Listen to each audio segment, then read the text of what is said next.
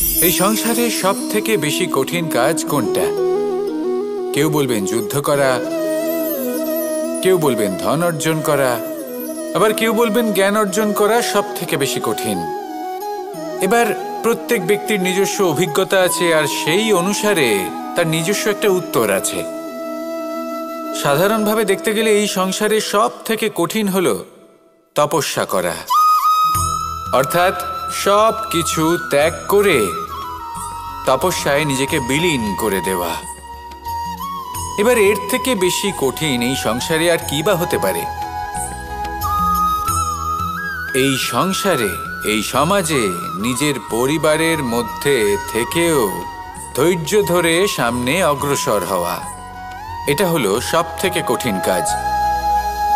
কারণ যখন আপনি তপস্যা করেন তখন সেখানে আপনার ধৈর্য ভাঙার মতো কেউ থাকেন না, না কোনো বন্ধু, না কোনো আত্মীয়, না কোনো শত্রু, কেউ না। কিন্তু যখন আপনি এই সমাজে, এই পরিবারে থাকেন, কোনো না কোনো ব্যক্তি এসে আপনার ধৈর্যের বাঁধ ভেঙে দেওয়ার ক্ষমতা রাখেন। তারা আপনার ধৈর্যের বাঁধ ভেঙে দেয়, আর কখনো কখনো তারা অনিচ্ছাকৃতভাবেই সেটা করে থাকেন। কারণ তাদের মানসিকতা আপনার থেকে আলাদা, তাদের কর্ম আপনার থেকে আলাদা, তাদের দৃষ্টিভঙ্গি আপনার থেকে আলাদা, জীবন যাপন আপনার থেকে আলাদা। সেক্ষেত্রে আপনি ধৈর্যচ্যুত হন, প্রসন্নতা আপনার থেকে ছিনিয়ে নেওয়া হয়। সেই জন্য এই সংসারে, এই পরিবারের থেকেও ধৈর্য ধরে সামনে অগ্রসর হওয়া কোনো পর্বতের শিখরে গিয়ে তপস্যা করার থেকেও অনেক বেশি কঠিন। আর যে ব্যক্তি এই সমাজেই, এই পরিবারে, সেই সকল মানুষের মধ্যে থেকে গিয়েও ধৈর্য ধরে অগ্রসর হতে থাকেন, যারা এই কাজটা শিখে নিতে পারেন, তারাই কিন্তু জীবনে আনন্দ লাভ করতে পারেন। এই ধৈর্যই শেষে আপনার জীবনে প্রসন্নতা বহন করে আনবে। তাই ধৈর্য ধরে জীবনের পথে অগ্রসর হন, আর আমার সাথে ভালোবেসে বলুন, রাধা রাধা। এই জীবনে তিনটি গুরুত্বপূর্ণ শব্দ আছে যা বোঝা আমাদের কাছে খুব গুরুত্বপূর্ণ, এবং এই তিনটি শব্দের নিজস্ব অর্থ আছে। প্রথম হলো সঙ্গবদ্ধতা, অর্থাৎ একসাথে মিলে কাজ করতে হবে, একসাথে মিলে পরিশ্রম করতে হবে, সামনে এগোতে হবে। এরকম করতে পারলে আপনার শক্তি বৃদ্ধি পাবে, আপনার ক্ষমতা বৃদ্ধি পাবে, আপনি এগোতে পারবেন এবং অনেক দূরে যেতে পারবেন। দ্বিতীয় হলো আত্মবিশ্বাস। হেরে যাওয়া বস্তুও আবার জিতে নিতে পারবেন। যদি আপনার নিজের আত্মবিশ্বাস থাকে তাহলে আপনি কখনো পরাজিত হবেন না। এবং তৃতীয় হলো অহংকার। জয়লাভ করার পরেও কিন্তু এটা আপনাকে পরাজিত করতে পারে। সেই জন্য জীবনে সঙ্গবদ্ধ হন, আত্মবিশ্বাস রাখুন, কিন্তু কখনোই অহংকার করবেন না। এই অহংকার আপনার থেকে সব কিছু কেড়ে নিতে পারে। এই অহংকারের জন্যই মথুরাপতি কংস নিজের পতনের দিকে অগ্রসর হয়েছিলেন। এই অহংকারকে ত্যাগ করুন, আর আমার সাথে ভালোবেসে বলুন, রাধা রাধা। আমরা যখনই কোনো গাছের চারা রোপণ করি তখন সবার আগে পরীক্ষা করে দেখি যে যেখানে আমরা চারা রোপণ করতে চলেছি সেখানকার মাটি আদৌ উর্বর কি না, সেই মাটি সেই চারাকে বাড়তে সাহায্য করবে কিনা। যখন একটা চারা রোপণের আগে আমরা এত কিছু ভাবতে পারি, তাহলে কাউকে বিশ্বাস করার আগে আমরা কেন ভাবি না? জীবনে কখনো এই বিশ্বাসরূপী চারা কোথাও রোপণ করার আগে বোঝার চেষ্টা করুন যে যার ওপর আপনি বিশ্বাস করতে চলেছেন সে কি আদৌ আপনার বিশ্বাসের যোগ্য কি না। ভেবে দেখুন সেই ব্যক্তি ভবিষ্যতে গিয়ে আপনার বিশ্বাস ভাঙতে পারে কি না। এটাও ভেবে দেখুন যে যাকে আপনি বিশ্বাস করতে চলেছেন তাকে আপনি বিশ্বাস করলে নিজের জীবনের উদ্দেশ্যে আপনি অগ্রসর হতে পারবেন কি না। আর তার জন্য প্রয়োজন সঠিক সিদ্ধান্ত, পরখ করা, কোনটা উচিত কোনটা অনুচিত সেটা বোঝা। আর তাতে কিন্তু আপনি সন্দেহবাতিক হবেন না, তাতে আপনি আরো নিপুণ হয়ে উঠবেন। তাই যদি আপনি নিপুণ হয়ে উঠতে চান তাহলে বোঝার চেষ্টা করুন, পরখ করে দেখুন, কোনটা উচিত কোনটা অনুচিত বুঝুন। আর বিশ্বাস তখনই করুন যখন আপনি 100% নিশ্চিত হবেন যে সে বিশ্বাসের যোগ্য। আসুন আমার সাথে ভালোবেসে বলুন, রাধা রাধা। রাধা কখনো কখনো আমার জন্য বড়ই সুগন্ধি আতর নিয়ে আসে, পারিজাত ফুলের মালা নিয়ে আসে আমার প্রসাধন করবে বলে, এবং আমার সব থেকে বেশি প্রিয় মাখন নিজে হাতে বানিয়ে আনে আমাকে নিজে হাতে খাইয়ে দেবে বলে, সবকিছু আমাকে প্রসন্ন করবে বলে। কিন্তু আপনি কখনো ভেবেছেন যে এই আতর কিভাবে বানানো হয়? সহস্র ফুলের পাপড়ি একসাথে পিষে নিতে হয়, তারপরে তার থেকে যে রস নিঃসৃত হয় সেই রস দ্বারাই আতর তৈরি হয়। অনেক সংখ্যক ফুলকে অসীম যন্ত্রণা ভোগ করতে হয়, তবে তারা আমার প্রসাধন সামগ্রী হয়ে উঠতে পারে। দুধ থেকে মাখন তৈরি করার জন্য কতটা পরিমাণ মন্থন সহ্য করতে হয় সেটা আপনি জানেন। ঠিক সেই রকমই হলো আমাদের জীবনও। বিপদও আসে, কঠিন পরিস্থিতিও আসে, এর সম্মুখীন হতে শিখুন। মনে রাখবেন, আপনি হলেন সেই দুধ যাকে মন্থন সহ্য করতে হবে মাখন হয়ে ওঠার জন্য। মনে রাখবেন, আপনি হলেন সেই ফুলের মতন যাদের পিষ্ট হতে হবে সুগন্ধি আতর হয়ে ওঠার জন্য, যাকে এই সংসার পছন্দ করে। কখনো কখনো জীবনে আপনার সাথে খারাপ শুধুমাত্র এই কারণে ঘটে যাতে আপনার শ্রেষ্ঠ রূপ এই সংসারের সামনে আসতে পারে। শুধুমাত্র কঠিন পরিস্থিতি এবং বিপদকে একটা সুযোগ হিসেবে দেখার চেষ্টা করুন। আপনার জন্য এই সংসার বদলে যাবে, সংসারকে দেখার দৃষ্টিভঙ্গি পাল্টে যাবে, আপনার ভাগ্য পাল্টে যাবে, আর এই মন প্রসন্ন হয়ে বলবে, রাধা রাধা। পাশা নামক এই খেলাটি আপনারা নিশ্চয়ই খেলেছেন, না খেলে থাকলে দেখেছেন, আর যদি দেখেও না থাকেন তাহলে নিশ্চিত রূপে শুনেছেন। মহাভারতের এই মহাযুদ্ধ কোথাও না কোথাও এই পাশা নামক খেলার কারণে হয়েছিল। পাশার এই বিচিত্র খেলা, দান, এইসবের কারণে কেউ নিজের মাথায় রাজ মুকুট পরিধান করেছিলেন, আবার সেখানেই পরাজিত হওয়ার জন্য কাউকে বনবাসও ভোগ করতে হয়েছিল। কিন্তু এই খেলা সমাপ্ত হওয়ার পরে সমস্ত ঘুঁটি আর এই পাশার ছক একই পুটলিতে স্থান পেল। এটাই হলো আমাদের জীবন। এই সংসারে আমরা জয় পরাজয়ের বিষয়ে এতটাই ভাবি, এত চিন্তা করি যে এই জীবনের খেলার আনন্দটাই উপভোগ করতে পারি না। আর অবশেষে কি হয়? কেউ জয়ী হন, কেউ পরাজিত হন, কিন্তু দুজনেই একই স্থানে পৌঁছে যান। প্রত্যেক ব্যক্তি মৃত্যুর পরে একটি নির্দিষ্ট স্থানেই পৌঁছতে বাধ্য, কিন্তু ততক্ষণ এই জীবন, এই খেলা, তার আনন্দ উপভোগ করুন। এই সংসারে সেই ব্যক্তি শ্রেষ্ঠ স্থানে পৌঁছতে পেরেছেন যিনি এই সংসারকে প্রকাশ প্রদান করেছেন, যিনি কখনো জয় পরাজয় এ বিষয়ে ভাবেননি, শুধু এই জীবনের খেলার আনন্দ উপভোগ করেছেন। এটাই আপনিও করুন, আর আমার সাথে ভালোবেসে বলুন, রাধা রাধা। প্রত্যেক মানুষ নিজের জীবনে দুঃখ অনুভব করেন। প্রত্যেকের দুঃখ আলাদা হতে পারে। কারোর মনে এই দুঃখ থাকে যে সে তার বাবা মায়ের সব ইচ্ছে পূরণ করতে পারেননি। কেউ এটা ভেবে দুঃখ পান যে সে চিরকাল সদাচার করেছেন, সৎকর্ম করেছেন, কিন্তু তাও তাকে দুরাচারী বলে মনে করা হয়।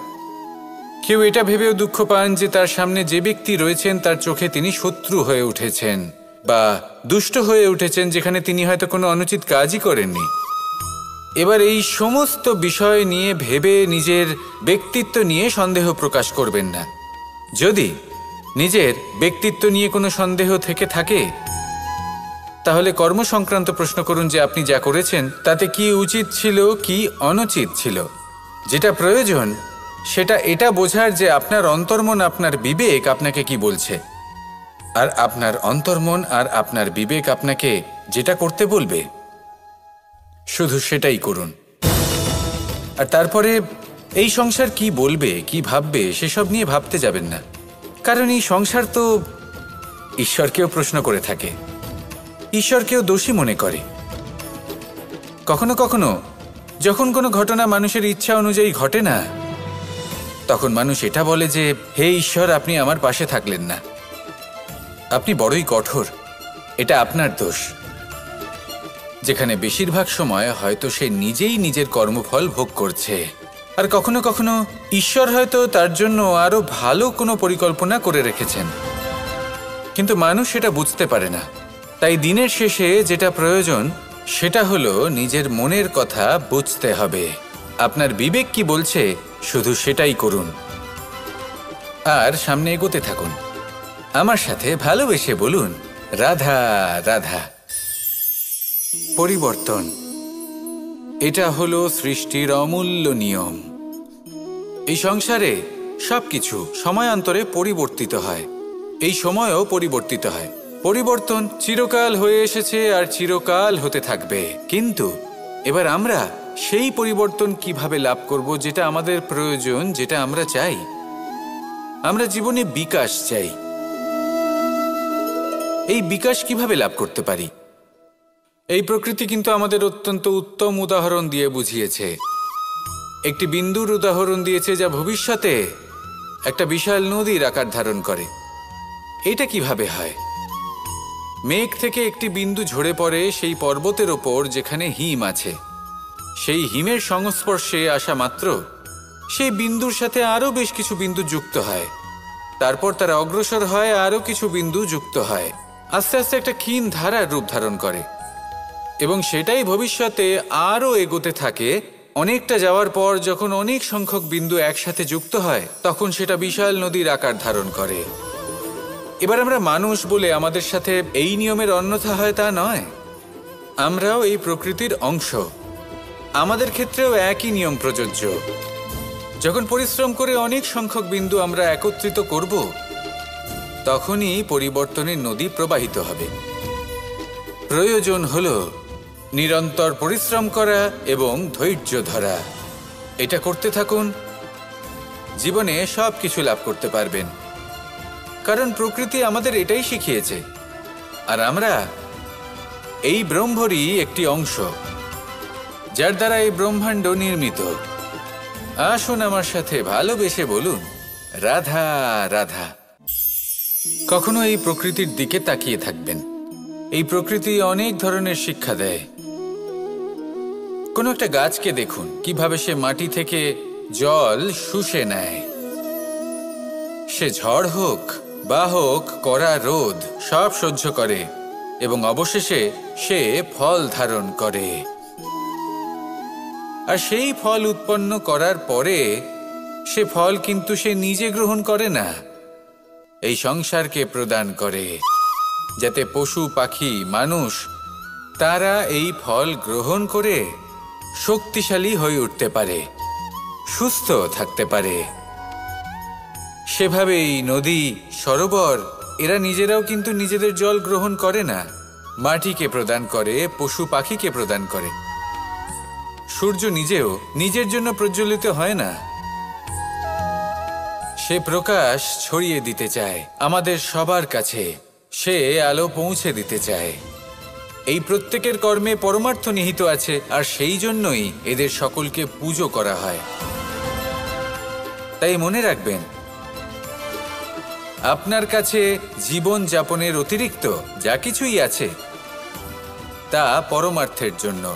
তাহলে তার সদ্ব্যবহার করুন আর আমার সাথে ভালোবেসে বলুন, রাধা রাধা। আমরা প্রত্যেকেই অবশ্যই এমন সময় দেখেছি যখন অনেকগুলো সমস্যা একসাথে আমাদের জীবনে এসে পড়ে। সমস্যা আমাদের প্রত্যেকের জীবনেই থাকে। আমরা তার সমাধান খুঁজতে চেষ্টা করি, কখনো সমাধান খুঁজে পাই, আবার কখনো যতই চেষ্টা করি না কেন কোনো সমাধান খুঁজেই পাই না। আর যখন এটা হয় তখন মানুষ অত্যন্ত বিচলিত হয়ে পড়েন। নিজের আত্মীয় স্বজন, নিজের বন্ধু বা সংসার এদের ওপরে এই দোষ চাপিয়ে দেন যে এদের জন্যই এই সমস্যা এসেছে। এবার যদি আমি আপনাকে কোনো পরামর্শ দিই তাহলে এটাই বলবো যে দৃষ্টিভঙ্গি পাল্টে দেখুন। এই দৃষ্টিভঙ্গি দিয়ে দেখুন যে এই সংসারে যে সমস্যায় আসুক না কেন তার জন্য কেউ দোষী নয়, না আপনি না অন্য কেউ। এই পুরো খেলাটাই আপনার মানসিকতা, আপনার দৃষ্টিভঙ্গির, আপনার মনের। কিভাবে বোঝাচ্ছি? যখন আমাদের মন শক্ত থাকে তখন কঠিন থেকে কঠিনতর পরিস্থিতিও আমাদের জীবনে খুব বেশি হলে প্রতিস্পর্ধা হয়ে থেকে যায়। সেখানে যদি আমাদের মন দুর্বল থাকে, তখন অল্প কঠিন পরিস্থিতিও আমাদের কাছে খুব বড় সমস্যা হয়ে যায়, তাই না? একটা শক্ত মন কঠিন পরিস্থিতিকে প্রতিস্পর্ধা হিসেবে দেখে আর তার মধ্যে ওটা সুযোগ খুঁজে নেয়। আমাদের শুধু এটাই করতে হবে। এই সংসারে অন্য কাউকে দোষী মনে করলে আপনার সমস্যা দূর হয়ে যাবে না। সেই জন্য এই সংসারকে দোষ দেওয়ার বদলে এই সমস্যার মূলে চলে যান, সেটাকে বুঝুন, নিজের এই মনকে শক্ত করে তুলুন। যদি আপনার মন শক্তিশালী হয় তাহলে এই সংসারে অনেক বড় বড় কঠিন থেকে কঠিনতর পরিস্থিতিও যদি আসে, আপনার জীবনে যতই বড় বড় সমস্যা আসুক না কেন আপনার লক্ষ্য লাভে বাধা দিতে পারবে না। আসুন আমার সাথে ভালোবেসে বলুন, রাধা রাধা। আমরা সবাই পাথর দেখেছি, পর্বতও দেখেছি, শুকনো পাতাও দেখেছি, শ্যামল বনানীও দেখেছি। কখনো ভেবেছেন পাথরের অস্তিত্ব কিন্তু ততক্ষণ পর্যন্ত যতক্ষণ সে পর্বতের গায়ে আটকে থাকে। যখন সেই পর্বত থেকে সেই পাথর ভিন্ন হয়ে যায় ও নিজের অস্তিত্ব হারিয়ে ফেলে। আস্তে আস্তে কখনো পাথর কেটে বা কখনো পিষ্ট হয়ে সেই পাথর আস্তে আস্তে মাটিতে পরিণত হয় এবং পূর্ণরূপে নিজের অস্তিত্ব হারিয়ে ফেলে। এটাই পাতার সাথেও হয়। এই পাতা যতক্ষণ গাছের ডালের সাথে যুক্ত ততক্ষণ তার অস্তিত্ব থাকে। যখনই ডাল থেকে বিচ্ছিন্ন হয় সেও নিজের অস্তিত্ব হারিয়ে ফেলে। আর এটাই আমাদের সাথেও হয়। যতক্ষণ আমরা নিজেদের আপনজনের সাথে যুক্ত থাকি আমাদের অস্তিত্ব বজায় থাকে। যখন আপনজনদের সাথে সম্পর্ক ছিন্ন করি তখন আমরাও আমাদের অস্তিত্ব হারিয়ে ফেলি। এবার এই সংসারের প্রত্যেক ব্যক্তি স্বতন্ত্র থাকতে চান, আর অনেক ব্যক্তি স্বতন্ত্র থাকবেন বলে আপনজনদের দূরে করে দেন আর তাদের সাথে এই সম্পর্ক ছিন্ন করেন। এটা কি সত্যি প্রয়োজন? আপনজনদের সাথে সম্পর্ক ছিন্ন করে নিজের অস্তিত্ব হারিয়ে ফেলা প্রয়োজনীয়, নাকি আপনজনদের সাথে সম্পর্ক বজায় রেখে নিজেদের স্বতন্ত্র করে রাখা সেটা আবশ্যক? নির্বাচন আপনারই। আসুন আমার সাথে ভালোবেসে বলুন, রাধা রাধা। আপনি কি কখনো নৌকা যাত্রা করেছেন? করে না থাকলেও নিশ্চয়ই দেখেছেন যে এই জল যা নিজের অন্তরে সব কিছু সমাহিত করে নিতে পারে, এই নৌকা সেই জলের ওপরেই ভেসে থাকে। নদীর স্রোত কাটিয়ে সে সামনে অগ্রসর হয়। কিন্তু যদি এই নৌকায় কোনো ছিদ্র হয় তাহলে কিন্তু সেই নৌকা ডুবে যাবে। আর এতে কোনো তফাৎ হবে না যে সেই ছিদ্র ছোট নাকি বড়, নৌকা ডুবে যাবে। এই ছিদ্র হলো আমাদের জীবনে আমাদের অপগুণ, আমাদের দোষ, আমাদের বিকার। কখনো এটা ভাববেন না যে এই দোষ খুবই ছোট, এতে কিছুই যাবে আসবে না। না, সেই ছোট দোষ, সেই ছোট বিকার যদি সেটাকে শুধরে না নেন তাহলে সেটা আপনাকে আপনার পতনের দিকে নিয়ে যাবে। শেষ পর্যন্ত এটা আপনার ওপর নির্ভরশীল যে আপনি কি চান। আপনার জীবনের এই নৌকা এভাবেই ডুবে যেতে দেখবেন, নাকি নিজেকে শুধরে নিয়ে সেই নৌকার সেই ছিদ্রটাকে ভরিয়ে তুলতে চাইবেন? নির্বাচন আপনার। আসুন আমার সাথে ভালোবেসে বলুন, রাধা রাধা। জল, জলই পৃথিবীতে বেঁচে থাকার জন্য আবশ্যক তো বটেই, কিন্তু এই জল আমাদের একটা অত্যন্ত গুরুত্বপূর্ণ শিক্ষা প্রদান করে। কখনো এই জলকে দেখেছেন? যে পরিস্থিতিতেই এই জল প্রবাহিত হোক না কেন, এর উপর যা কিছুই প্রভাব থাকুক না কেন, এর পথে যতই বাধা আসুক না কেন, তার মধ্যে থেকে ও নিজের পথ ঠিক বের করে নেয়, কিন্তু নিজের প্রবাহ থামতে দেয় না, ক্রমাগত অগ্রসর হতে থাকে। সেরকমই একটা শিক্ষা যেটা আমরা জল থেকে পেয়ে থাকি তা হলো এটা, আমরা যখন জলের দিকে তাকাই তখন আমরা নিজের প্রতিবিম্ব দেখি, স্পষ্টভাবে দেখতে পাই। কিন্তু তখনই দেখতে পাই যখন এই জল শান্ত থাকে, স্থির থাকে। যদি এই জল অশান্ত হয়ে থাকে, স্থির না হয়, তাহলে আমরা এতে নিজের প্রতিবিম্ব দেখতে পাই না। এটাই আমাদের মনের সাথেও হয়ে থাকে। যখনই জীবনে কোনো সংকট আসে, যদি আমরা শান্ত মনে, স্থির মনে সিদ্ধান্ত নিই, তাহলে সেটা এমন একটা শীতল সিদ্ধান্ত হবে যেটা আমাদের ভবিষ্যৎকে একটা শ্রেষ্ঠ স্থানে নিয়ে যাবে। যদি এই মন অশান্ত হয়, বিচলিত হয়, পীড়িত হয়, দুঃখিত হয়ে থাকে, রুষ্ট হয়ে থাকে, তাহলে অনেক সময় আমরা এমন সিদ্ধান্ত নিই যেটা আমাদের জন্য অনুচিত প্রমাণিত হয়। যখন আপনি ক্রুদ্ধ ছিলেন বা দুঃখের বশে ছিলেন, তখন অনেক সময় হয়তো এমন সিদ্ধান্ত নিয়েছেন যেটার জন্য ভবিষ্যতে আপনি অনুশোচনা করেছেন। এবার দেখুন, এই আবেগগুলো থেকে আমরা পালাতে পারবো না, কিন্তু এই আবেগগুলো আপনার ওপর কতটা প্রভাব ফেলবে সেটা আমরা অবশ্যই ঠিক করতে পারি। এই মনকে আমরা নিয়ন্ত্রণ করতে পারি। এটাই করুন, চিন্তা করুন, এই মনকে শান্ত রাখুন, স্থির হতে চেষ্টা করুন, আর তারপরে সিদ্ধান্ত নিন। আসুন আমার সাথে ভালোবেসে বলুন, রাধা রাধা। এই সংসারে ভৌতিক বস্তুরও নিয়তি আছে। যারাই এই সংসারে আসে বা উৎপন্ন হয়, তারা কিছুমাত্র সময় পর্যন্তই এখানে থাকতে পারে, আর তারপরে সেও লুপ্ত হয়ে যায়, অর্থাৎ সে নিজেও এই পঞ্চমহাভূতে সমাহিত হয়ে যায়। আমাদের সাথেও ঠিক এটাই হয়। সেই জন্যই ঈশ্বর দ্বারা প্রদত্ত এই উপহারের বিষয়ে ভাবুন, এই জীবনের বিষয়ে ভাবুন। ঠিক যেমন বিশ্বাস ভঙ্গ হলে কোনো ব্যক্তি আমাদের কাছে অপরিচিত হয়ে যান, ঠিক সেরকমই শেষ নিঃশ্বাস ত্যাগের পর এই শরীরও আমাদের কাছে পরই হয়ে যায়। তাই এই শরীর থাকাকালীন শ্রেষ্ঠভাবে একে সদ্ব্যবহার করুন, এই জীবনে শ্রেষ্ঠ কর্ম করুন। আর এই জীবনকে শ্রেষ্ঠভাবে যাপন করার জন্য কিছু কথা বোঝা প্রয়োজনীয়। যদি আপনি কারোর প্রশংসা করেন, তাহলে পূর্ণ হৃদয় দিয়ে করুন। যদি আপনি হস্তক্ষেপ করে থাকেন, তাহলে মস্তিষ্ক দ্বারা করুন। যদি আপনি সমীক্ষা করেন, তাহলে বিবেক দ্বারা করুন। যদি আপনি ধন অর্জন করতে চান, তাহলে নীতি অনুসারে চলুন। যদি জীবনযাপন করতে চান, তাহলে রীতি মেনে করুন।